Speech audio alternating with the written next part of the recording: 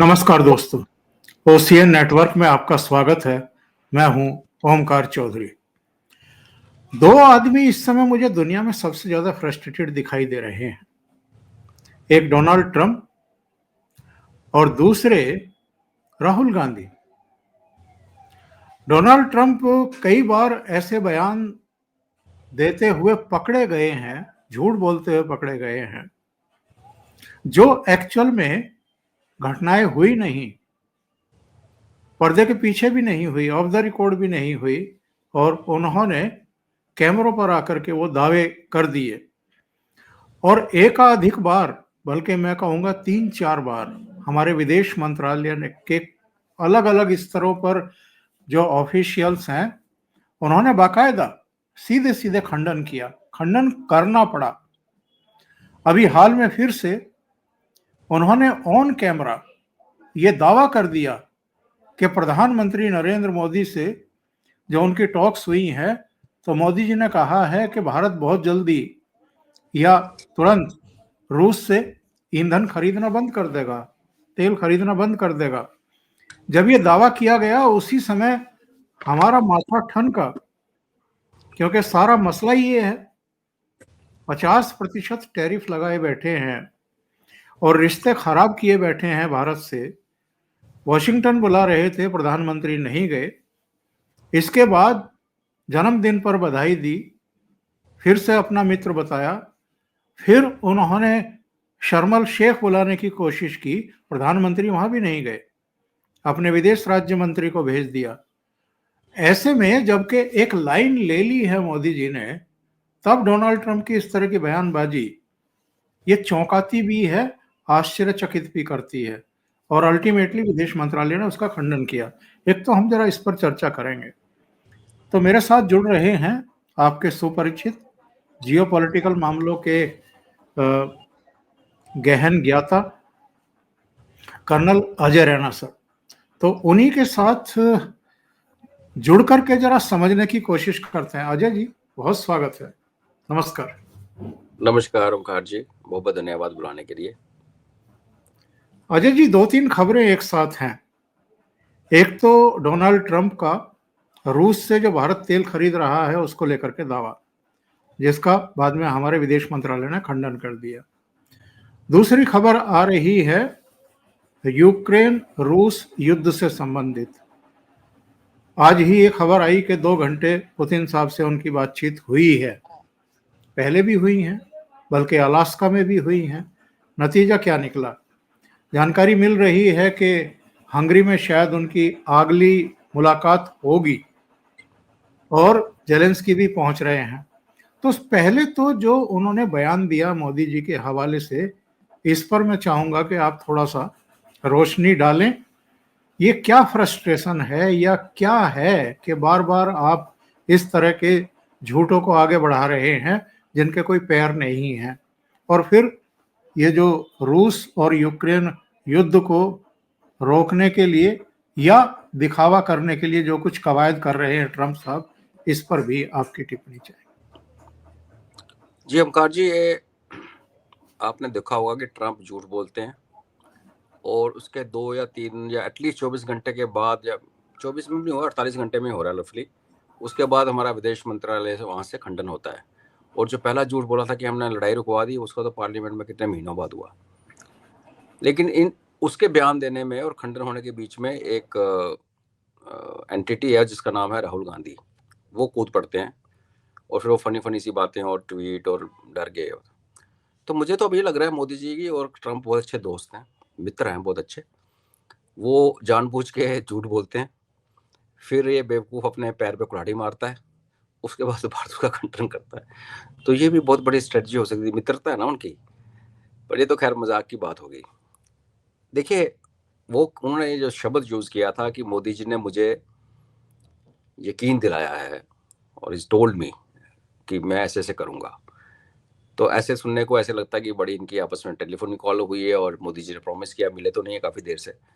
तो वो एक जो पिक्चर पेंट करते हैं, आप माने ओमकार जी, आप उसमें यकीन ना करें, मैं उसमें यकीन ना करूँ, लेकिन दुनिया में ऐसे लोग हैं और भारतवर्ष में ऐसे लोग हैं राहुल गांधी के पीछे और लंबी लाइन है जो इन चीज़ों को एक्सप्लॉइट करती है।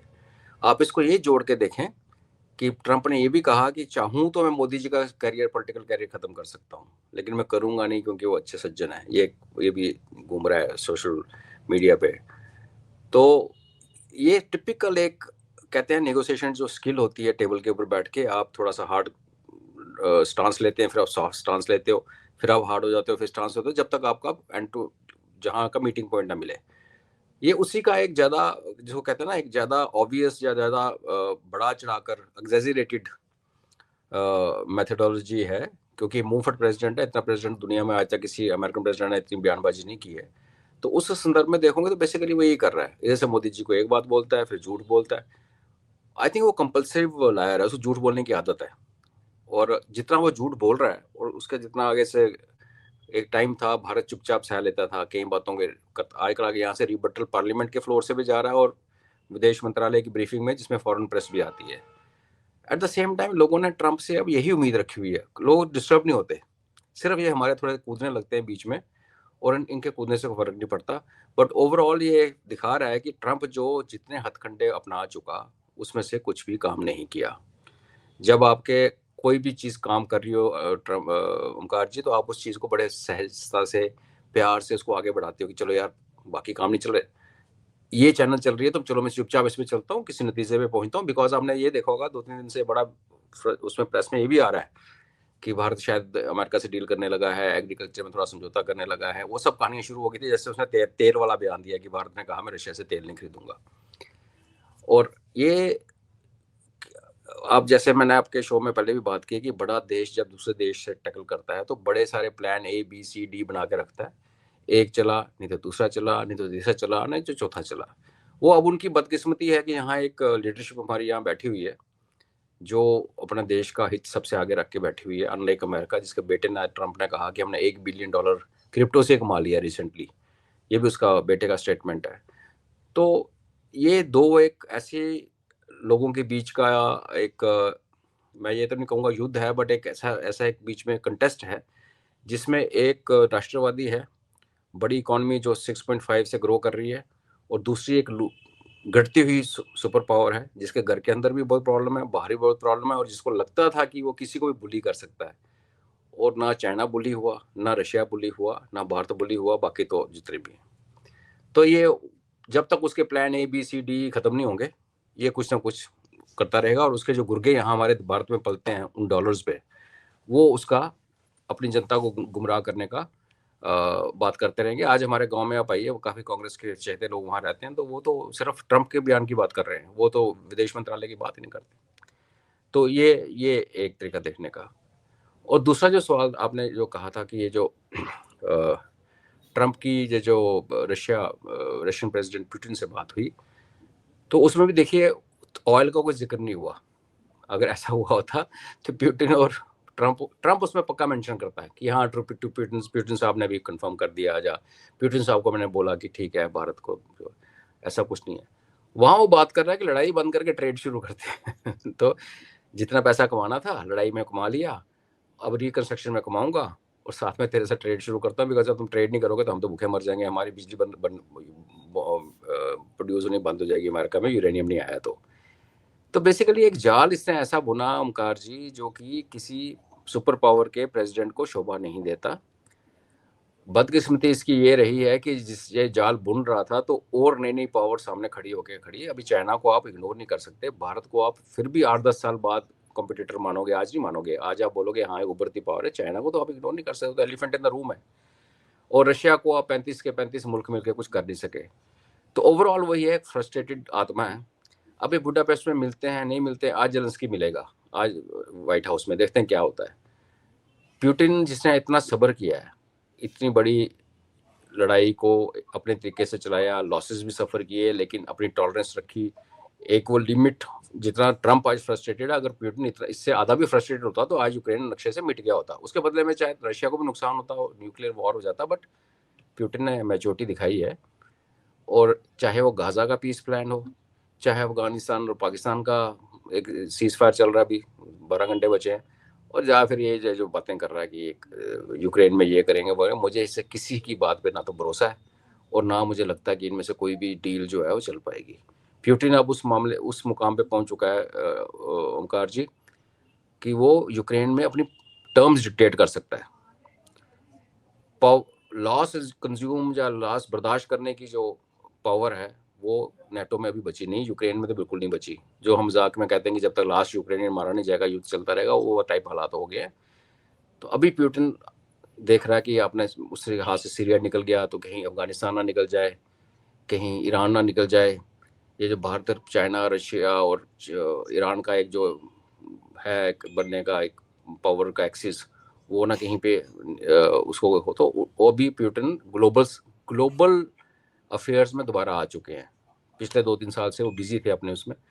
तो ये जितना मर्जी फ़ोन कॉल कर ले, 2 घंटे कॉल कर ले, लास्ट का मैं 3 घंटे की मीटिंग की थी तो क्या हो गया।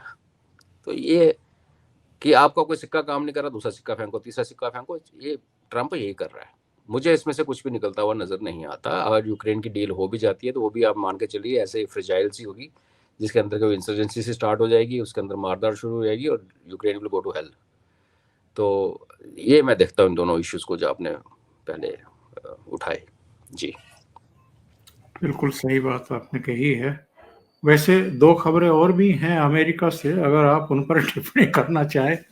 एक खबर ये आ रही है कि वॉशिंगटन में वर्जीनिया की तरफ से शायद एक जो प्रवेश द्वार है, सड़क जो आ रही है वाशिंगटन, इनके व्हाइट हाउस से 4-4.5 किलोमीटर की दूरी पर ये अपने नाम पर एक बड़ा दरवाजा बनवाने जा रहे हैं डोनाल्ड ट्रंप। और दूसरे जो है, एक खबर ये आ रही है कि जो इनके पुराने राष्ट्रीय सुरक्षा सलाहकार थे बोल्टन, उनके खिलाफ इन्होंने कोई कड़ी कार्रवाई के आदेश दे दिए हैं। उन पर कुल 18 आरोप तय किए गए हैं। कुछ गोपनीय सामग्री, सूचनाएं उन्होंने अपनी निजी मेल पर डाली थी, इस तरह के आरोप लगाए हैं। और बोल्टन वो व्यक्ति हैं अमेरिका में संभवतः इस पूरे प्रकरण में, यानी भारत पर 50% टैरिफ लगाए जाने पर सबसे तीखे आरोप और तीखी प्रतिक्रिया बोल्टन ने व्यक्त की थी। इन पर अटैक किया था और ये कहा था कि पिछले 25-30 सालों में जो प्रयास हुए हैं भारत को नजदीक लाने के, उन पर ट्रंप ने पानी फेर दिया है। तो बोल्टन पर जो शिकंजा कसा जा रहा है वो इसीलिए तो नहीं कसा जा रहा है। बिल्कुल ओमकार जी, जिस दिन बोल्टन ने पहला स्टेटमेंट दिया था उसके कुछ घंटों के बाद उसके घर में रेड हुई थी, और उसी रेड फिर उठा के इन्होंने उसका एग्जामिनेशन करके, फोरेंसिक एग्जामिनेशन करके उसका प्रूफ बना के उसमें प्लांट कर दिया। तो वेंजफुल ट्रंप पहले टर्म में भी इसको बदले लेने की जो भावना इसके अंदर है वो तब भी आपने देखी होगी कि पहले तो जब आया था फिर दरादर इसने अपने सलाहकार चेंज किए, इसको सैक किया। इसके लिए इंसान एक रिफिल पेन की तरह वैल्यू देखता है। पैसा बहुत है, दिमाग चढ़ा हुआ, ऊपर से प्रेसिडेंट बन गया, कि इसको किसी भी इंसान को सोचता है कि डिस्पोजेबल है। ये इंसान को इंसान नहीं समझता, और वो इसकी एक पर्सनैलिटी का ट्रेट है जो सामने आ रहा है। इसने इस टेनर में उससे अभी कम किया है, पिछले टेनर में इसने काफ़ी लोगों को बेइज्जत किया था, काफ़ी लोगों को बदतमीजी की थी। इस बार एलन मस्क को शुरुआत की थी, उसके साथ बोल्टन के साथ हुआ। तुलसी गबार्ड के बारे में उल्टा पुल्टा बोल दिया कि okay who she doesn't know, she जो हेड इंटेलिजेंस की देखिए आप। तो ये तो इसका पर्सनैलिटी ट्रेट है, इसका कुछ नहीं। दूसरी बात रही गेट बनाने का, इसका बात चलो तो ये गेटवे ऑफ इंडिया में भी अपना शक्ल फोटो लगवाने की कोशिश करे, बोले मैंने ब्रिटिश और जापानीज के बीच में बर्मा में लड़ाई रुकवाई थी जब मैं पैदा नहीं हुआ था। तो ये इसको आदत है ये शोमैनशिप की। और वो अभी देखो वो जो आर्मीनिया का कॉरिडोर का नाम बोल रहा है ट्रम्प कॉरिडोर, है ना। तो ये इसकी आदत है, और इस आदत को पाकिस्तानियों ने बड़ा अच्छा यूज किया है। और आप देख लीजिए उनके प्राइम मिनिस्टर क्या करता है, उनका चीफ ऑफ आर्मी स्टाफ क्या, वो डिब्बा लेके एक पंसारी की तरह घूम रहा था। हम नहीं वो कर सकते, तो हम इस पे हंस सकते हैं, जैसे आप हंसे, मुझे अच्छा लगा।